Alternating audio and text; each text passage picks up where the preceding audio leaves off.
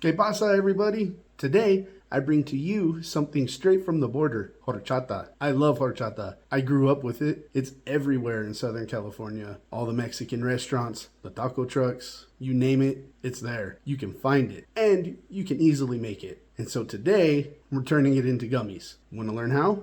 Vamos. Welcome back, everybody. So let's get to it, shall we? Yes, we shall. Before I go any further, if you hear any chirping or a bird saying, "What the f-" or any of that nonsense, I'm bird sitting for my daughter while she's on vacation. Like that. Anyway, let's start. 225 grams or 2/3 of a cup corn syrup. 125 grams applesauce. 40 grams regular gelatin. 80 grams pure cane sugar. This is where it gets fun. 80 grams horchata flavoring. This stuff right here. So good. And if you like horchata, you'll love this stuff. We're also going to use some of this here just to boost the flavor a little bit. Plus 5 grams cream of tartar with 2 pinches malic acid, 2 ounces of your favorite liquid oil, plus 1 level tablespoon scoop lecithin granules. This one I'm not using. I've already got one on the pot. Look at that. I'm not forgetting. What? All right, let's get that all blended up, shall we? Again, shall we is just the word of the day. First into the pot, gelatin, followed by pure cane sugar, and finally the horchata powder. Horchata, fuck up. It's taking me back. Now we blend those together. Oh, so good. Ripped my glove. I'll be right back.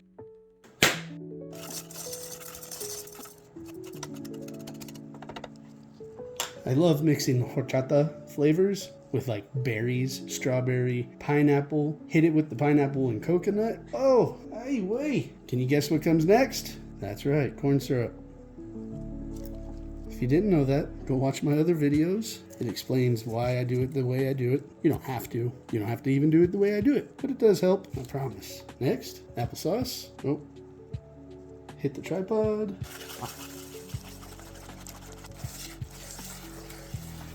Scrape the sides. Now, we're going to hit it with the flavoring oil. I don't even know how much. Let's just try that for now. Get it all blended in.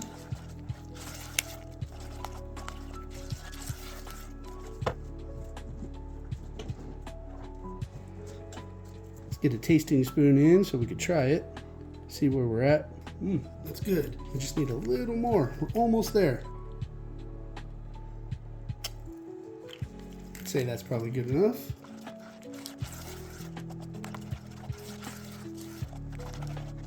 We still on screen? Yeah, we're still there. You're still with me. At least I hope you're still with me.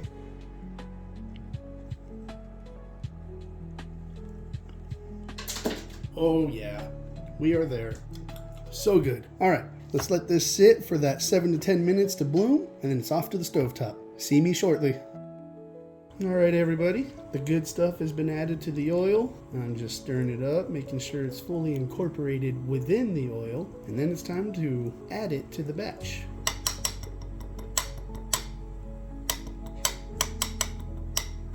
I get carried away with that sometimes. And let's add that oil, shall we? Yes, we shall. Look out below. Make sure you get every drop in there that you can.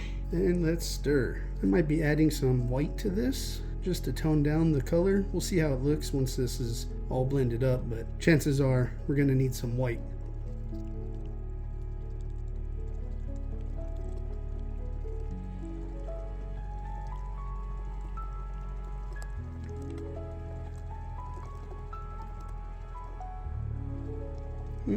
Maybe not. This has a good color. It's got a tinge of that yellow from that Primo you know what. But yeah, I'll hit it with a little. Just a tad. Just an Escobar amount. Get it? Because white lines.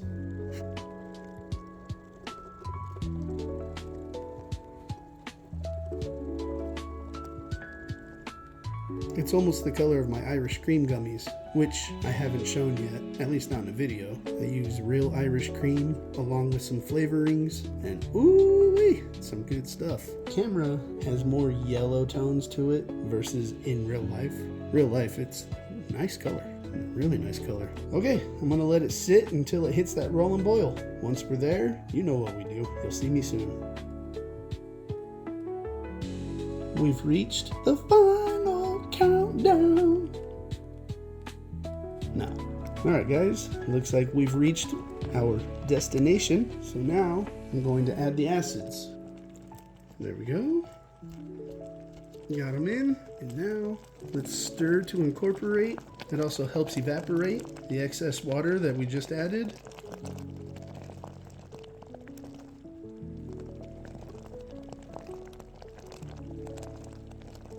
Had to position myself. My camera and my lights are in all sorts of ways today. Alright, it's almost time to pour. Alright guys, it's time to pour. You ready for it? Hope so. I hope I don't hit the camera. First row I like to take my time with, and then we go.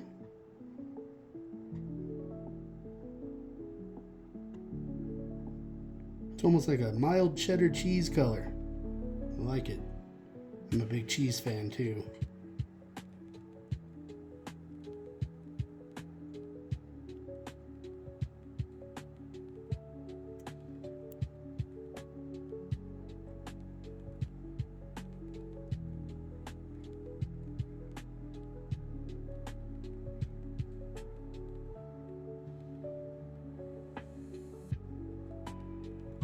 Getting towards the end here.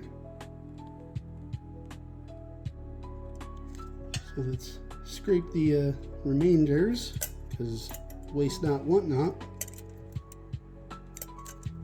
And that is the end of that. So we ended up with about 172 pieces. Not bad. Bye. See you when it's time to sand.